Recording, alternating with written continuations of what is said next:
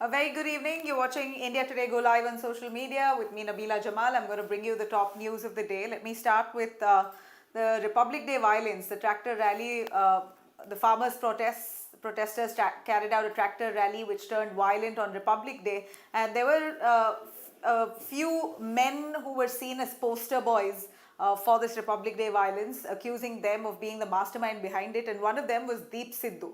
Deep Sidhu is an actor turned activist from Punjab. He's got quite some popularity, huge support, or rather huge influence that he has on the people there.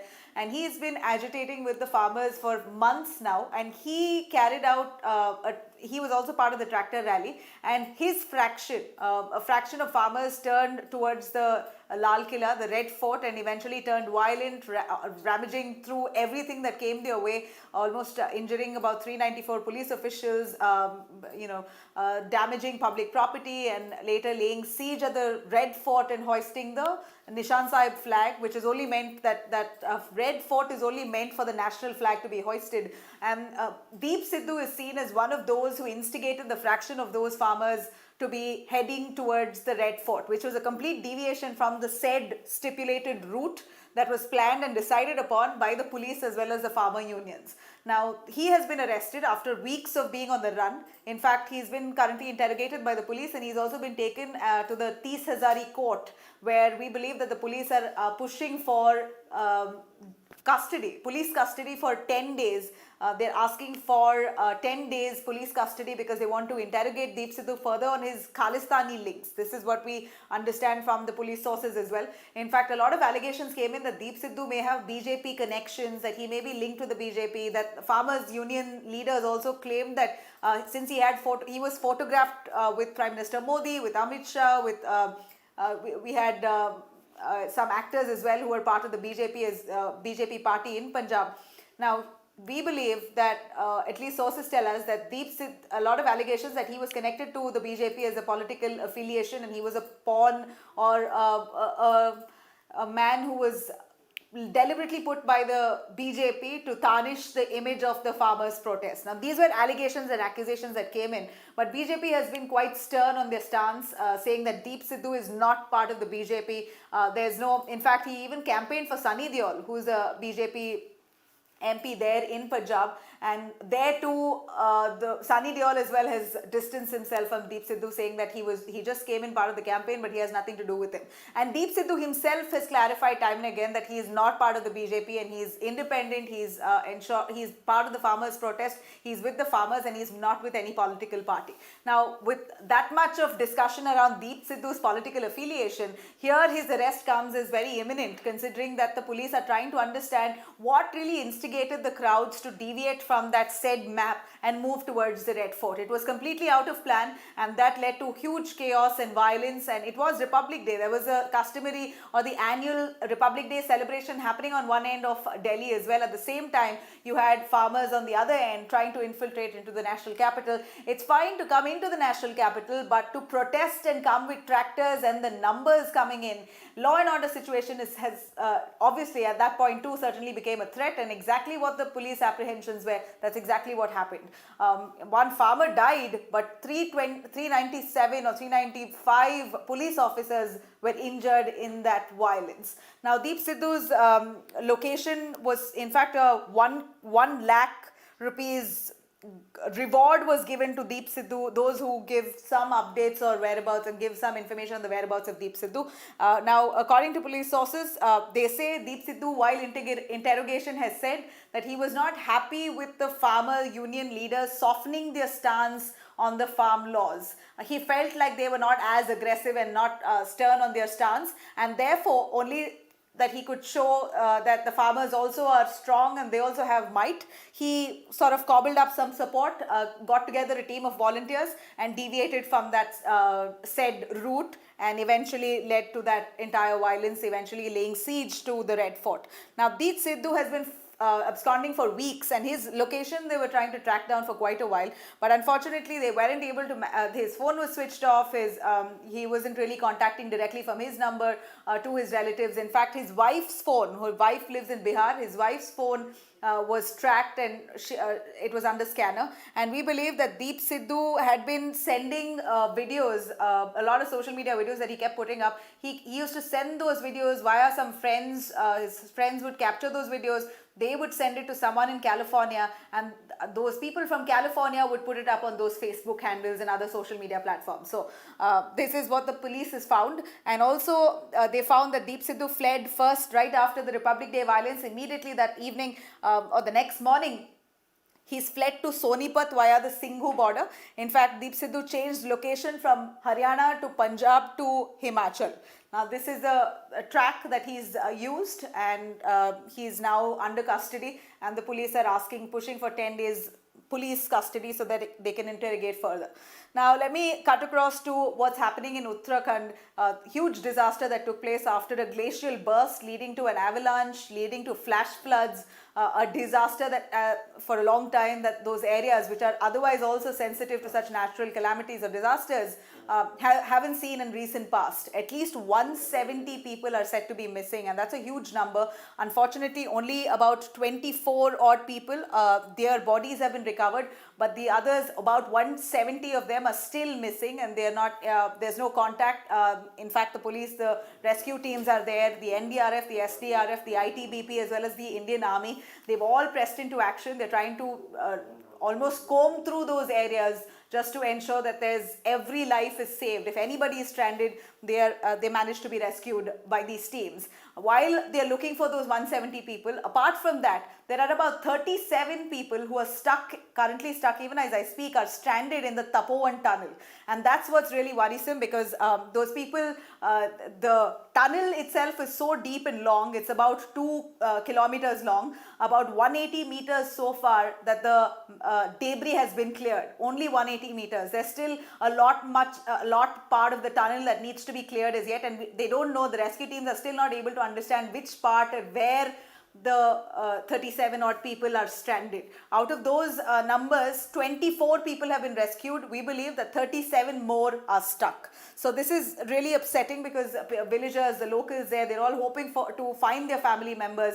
It's not a small number, 170 people to be still missing. The villagers there are devastated. There's barely, in the Reni village, which falls right in the vicinity of Chamoli district, which was the worst affected, the houses were uprooted, that entire village was destroyed. There are barely 2,500 people. They're a very close-knit family. It was a village like a family. People are all known to each other, so it's really upsetting to see them so crying and sobbing and begging for help from the rescue and relief operation, those teams who are there on ground. In fact, they're doing a fabulous job, because these are tough terrains. It's cold, it's slippery, it's icy, and we believe that in the tunnel where people are stuck now, water levels are also increasing in that tunnel. So it's a little jittery. We're only hoping that they manage to rescue those people, keeping our fingers crossed. Hopefully they manage to find them.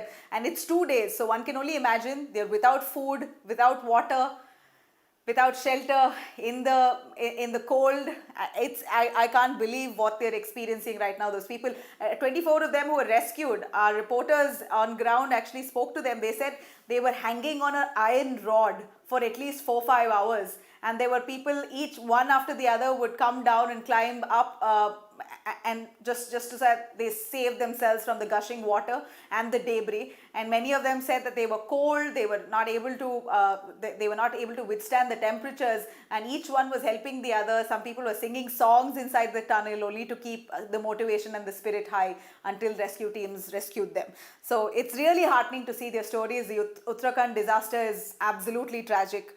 You should really actually track that story if you're looking at how rescue teams are carrying out the operations. Third day today, and it's still on. Now, going across to Andhra Pradesh, or rather Jagan Mohan Reddy and his sister's rivalry. Jagan Mohan Reddy, the Andhra Pradesh Chief Minister, and his sister Sharmila, we believe are at loggerheads over some reason, but there's some sibling rivalry there brewing. And we believe that YS Sharmila now wants to start her own political party. In fact, she's also met the party cadre. The Jagan Mohan Reddy's father was a huge politician. He was, in fact, the chief minister of Andhra Pradesh before it was divided into Telangana and Andhra. He was a chief minister, and then he passed away in a helicopter crash. Right after that, the YSRCP did grow in strength. Nonetheless, Jagan Mohan Reddy was also booked in a disproportionate assets case. He came back to power. So they're a very strong party with a huge political significance in the state of Andhra Pradesh, undivided Andhra Pradesh. And now Sharmila, who is a sister of Jagan Mohan Reddy, wants to float her own party. She says that a lot of the ethics when it comes to farmers, when it comes to the poor, the lot should be done for the people, the downtrodden. And she believes that she isn't seeing other parties doing it, and therefore she wants to float her own party just to ensure that she does it, if not for anyone else. So what is Jagan Mohan Reddy saying about it? He's not reacting at all on the new party that's being floated. In fact, they've also shunned the rumors, saying there's no rivalry between us, all is well. But we believe that Sharmila is all set to start her party in Telangana, which is now divided Andhra Pradesh, the neighboring state. Telangana is where she wants to float her party. So TRS is already feeling threatened. They've already given out a statement saying that in the current political scenario, it's not easy to form your own political party, almost trying to demotivate her, but nonetheless, they're all old political stalwarts, children. So you can call it dynasty politics, but who better to know about the political nuances than the kids of politicians themselves? So cutting across to Tamil Nadu, we're looking at AIADMK's Supremo Jayalalitha's close aide Sasikala, who's come into Chennai today, and this has caused huge tensions within the AIADMK, the ruling party. Now we're looking at EPS, the chief minister, already trying to file cases and confiscate properties of Sasikala. Not just her property, in fact, her properties have already been screened and confiscated right after she got convicted for disproportionate assets. Now her relatives like Ilavarasi, her in-law, and there's another person I wouldn't be able to recollect right now, but two of her relatives' properties have been seized. A complaint has been filed with the police again for Sasikala has used the car which has the AIADMK flag. A complaint has been filed against her on that as well. So the AIADMK is doing all that it can to ensure that she's kept at bay. But Sasikala and her supporters, on the other hand, are doing all that they can to ensure that a message is sent out. In fact, right after she stepped into Chennai, on the way itself, she spoke on a mic. She never spoke to any individual media channel. Her glass was up from inside the car.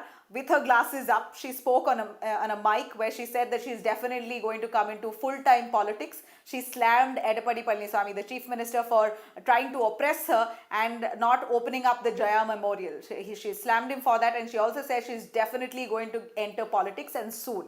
So this is almost a threat that she's given and a warning that she's given to AIADMK, because you should remember that she was a supreme leader in the AIADMK. Right after she got convicted and after Jayalalitha's death, the EPS, who was the chief minister, quickly shut his doors on Sasikala, and they tried to take power completely.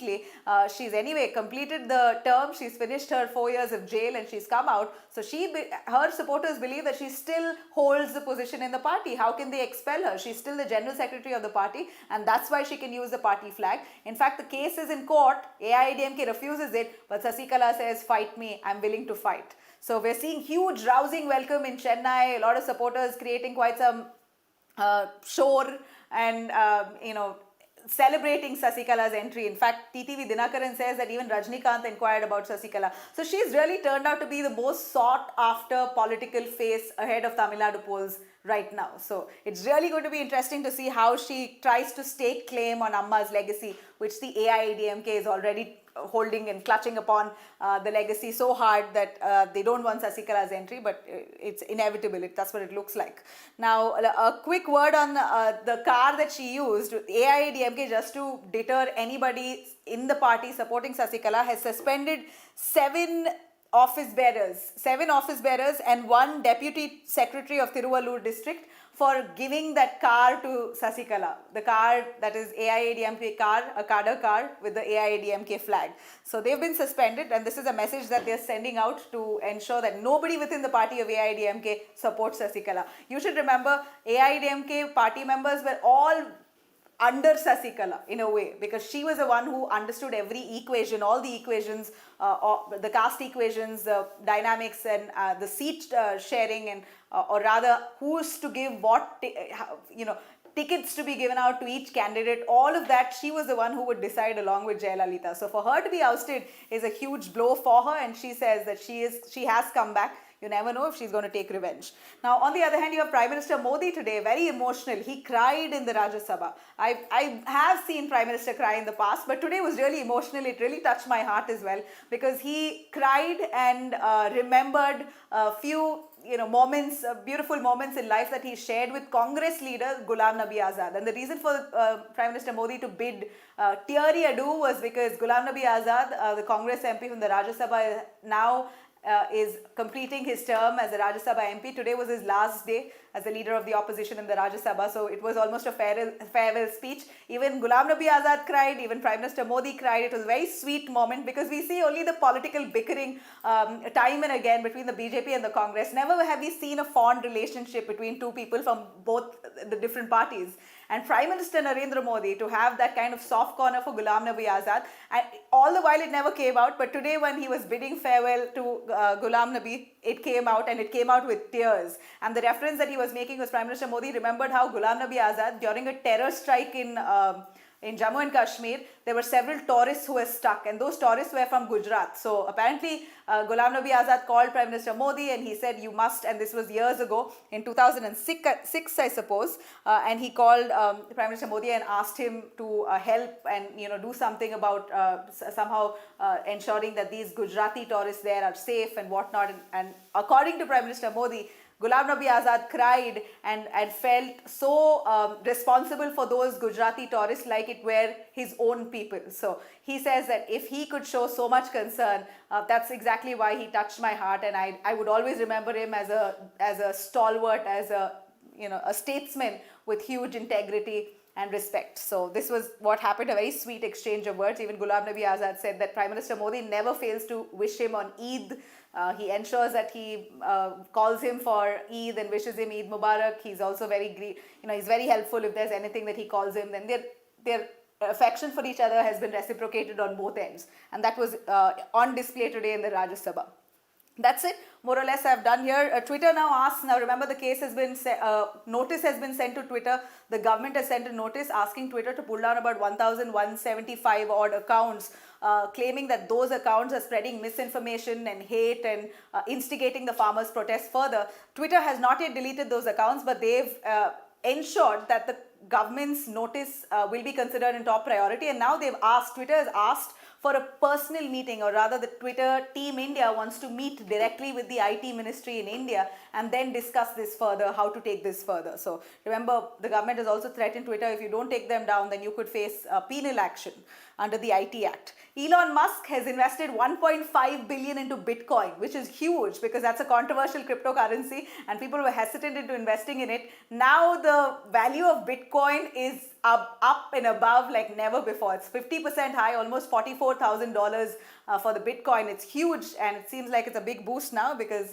now Elon Musk says for Tesla, any of the cars you want to book, you can also pay through this digital token, through Bitcoin. So that's insane. I mean, now you have, I'm sure people would furthermore want to invest in Bitcoins, and those who have already invested, lucky them. Prime Minister Modi also spoke to Biden today, Joe Biden, the United States President, and he also spoke about democratic values, and it was a talk on a call where it was customary because Joe Biden took over as a new president, and he would speak to all presidents and prime ministers of different countries, and India too. He spoke to Prime Minister Modi, and they almost discussed the priorities of both the countries, the border security and whatnot, and committed to climate change and working towards it and whatnot. So it seems like India and the United States have started off on a good note. Let's hope it continues. Thank you for watching.